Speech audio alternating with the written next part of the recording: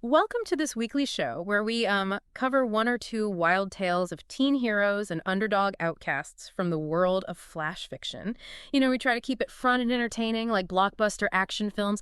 If you're enjoying the show, don't forget to rate and follow for more captivating stories from, the Teenage Mutant Fight Club podcasts. Right on. Today you have brought us two electrifying flash fiction stories. Oh, nice. The first plunges us into a world where a dancer's trauma actually becomes her incredible power. Okay. And then the second one throws us into a meta-narrative nightmare, like where fiction, bleeds into reality. Whoa. Yeah. So our mission today is to unpack these tales, explore their core themes, and, extract the most fascinating nuggets for you on this weekly journey into flash fiction. I am ready. So let's dive into that first flash fiction story you shared titled Scorched Soul.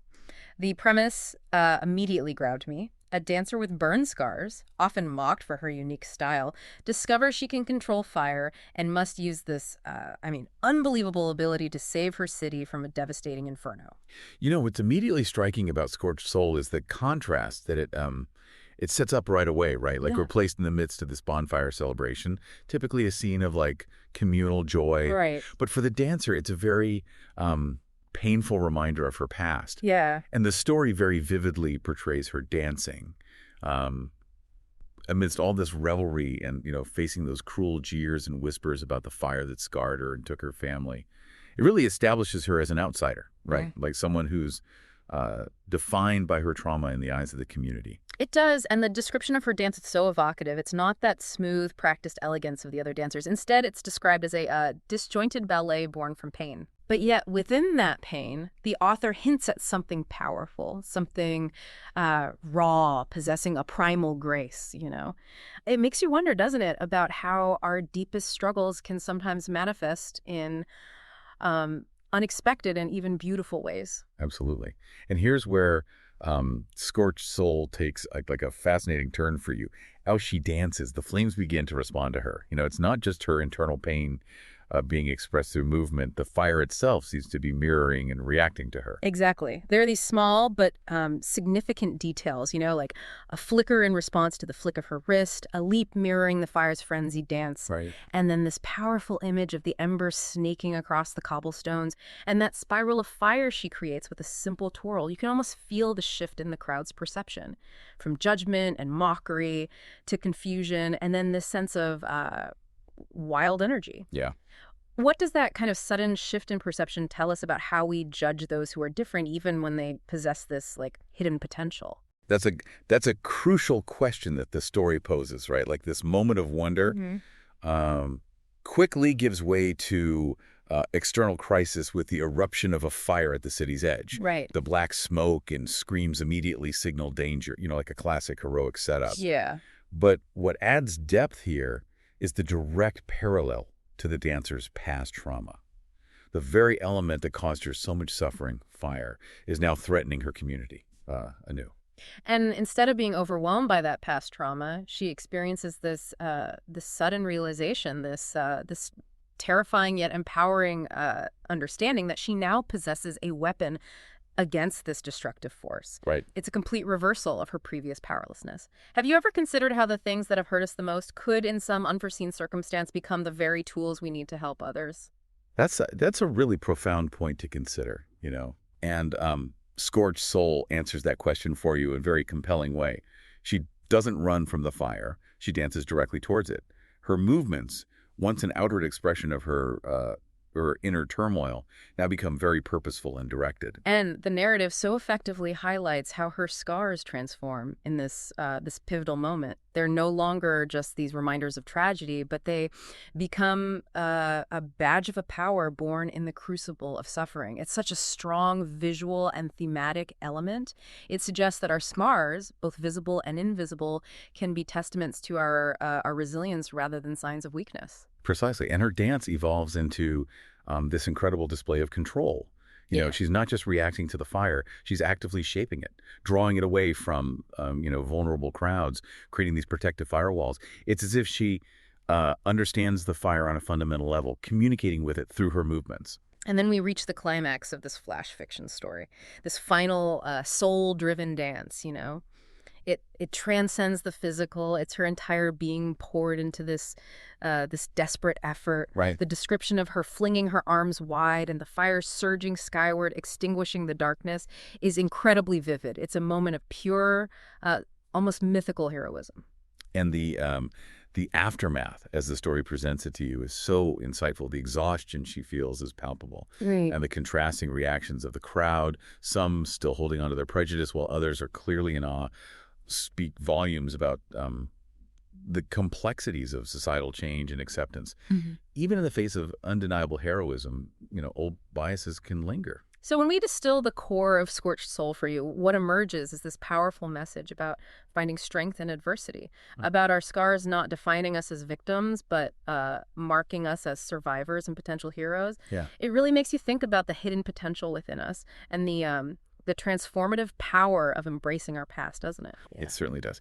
This flash fiction story challenges conventional ideas of strength and beauty, proposing that even our deepest wounds can be the wellspring of extraordinary power and the catalyst for profound personal transformation. Okay, let's shift gears now and journey into our second flash fiction story, Pen and Peril. This one takes us down a much more unsettling and mind-bending path, Okay. The central idea here is we have Tobias, a socially awkward, autistic author who discovers that the intricate murder mysteries he crafts in his fiction are starting to play out in real life. Whoa. Forcing him to step out of his role as a creator and become the detective in his own terrifying story. What's immediately striking in Pen and Peril is the stark contrast between Tobias's inner and outer worlds. Yeah. He finds comfort and a sense of control in the meticulously planned murders that he writes. Yeah. A sharp contrast to that overwhelming and unpredictable nature of the real world that he struggles to navigate, Mm-hmm. And his isolated cabin becomes this vital sanctuary, a space where he can exert complete control over his narrative. Yes, this image of the cabin as like his refuge, this perfectly ordered environment is so crucial because it's about to be violently disrupted. Yeah, boy. The inciting incident, the news report, mirroring his manuscript with chilling accuracy right down to the victim's name, It's a moment that instantly throws his carefully constructed reality into chaos. Wow. Can you imagine that terror giving way to this almost macabre fascination as his fictional world begins to bleed into his actual life? That duality you mentioned is key to the suspense and the unsettling nature of the flash fiction story. The sheer horror of the situation is compounded by the almost academic curiosity of a writer witnessing his creations come to life. Yeah. And then the mystery escalates with the second murder, mirroring his next death scene with an almost impossible precision. Right. The rare T, the specific victim, this not only intensifies the dread for Tobias, but also understandably brings the police to his door. And his desperate attempts to explain it all as, just words, twisted fantasies. You can almost feel his mounting panic as this horrifying reality sinks in. Yeah. This isn't just a story he's controlling anymore. It's his own life and potentially the lives of others at stake. It makes you consider the power we ascribe to stories and the potential for the imagined to influence the real. If we connect this to the bigger picture, right? We see how quickly Tobias's sanctuary transforms into a potential prison. The cabin, once this space of creative control becomes a place of suspicion, a potential crime scene. Even his agent Sarah, who was initially very supportive, now delivers the devastating news that his book is being pulled due to bad press. Wow. He's becoming increasingly isolated, trapped between his fictional world and a reality that is mirroring it with deadly accuracy. And here's where Pen and Peril takes a truly meta and unsettling turn. Tobias begins to suspect that his characters are more than just figments of his imagination, mere pawns on his literary chessboard. Right. He starts meticulously searching for real-world inspirations within his own life, those seemingly insignificant observations that might have, subconsciously fueled his dark creativity. The nervous bookstore clerk, his eccentric neighbor obsessed with exotic teas, these once background figures suddenly take on a sinister significance. Yeah. Have you ever considered how much of our creative work is driven by subconscious influences that we ourselves might not even be fully aware of? That's That's a fascinating question that the flash fiction story raises about the very nature of creativity. How deeply are our fictional worlds rooted in our lived experiences, in the people and places that surround us, even in the most fleeting ways?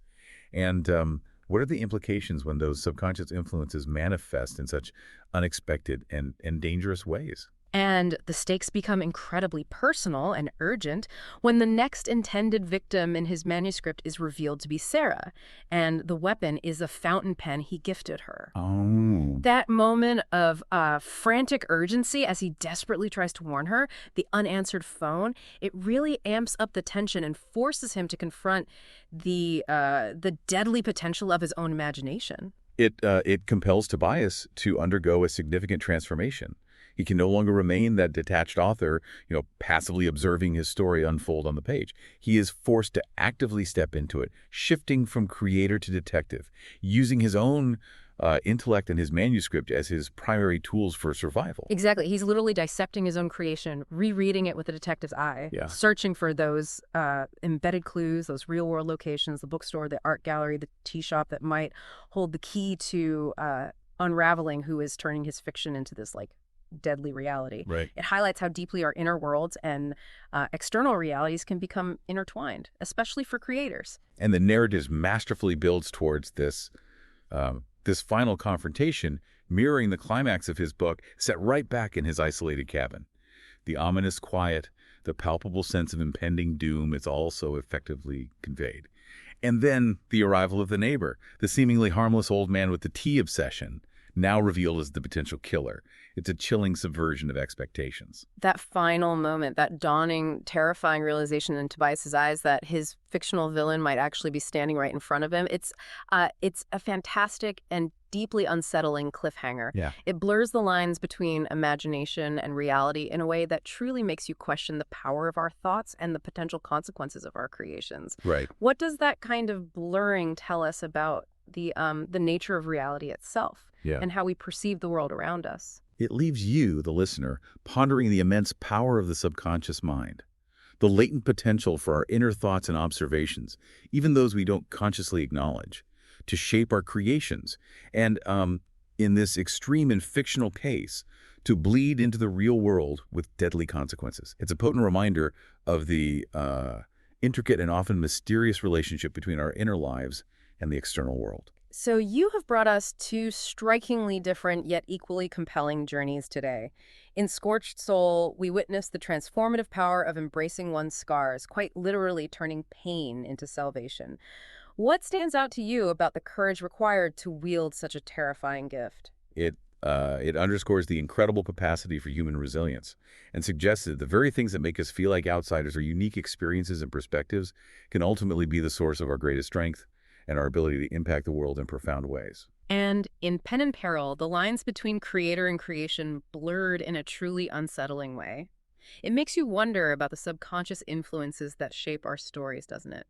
What elements from your own experiences might unintentionally find their way into your own narratives if you were a writer?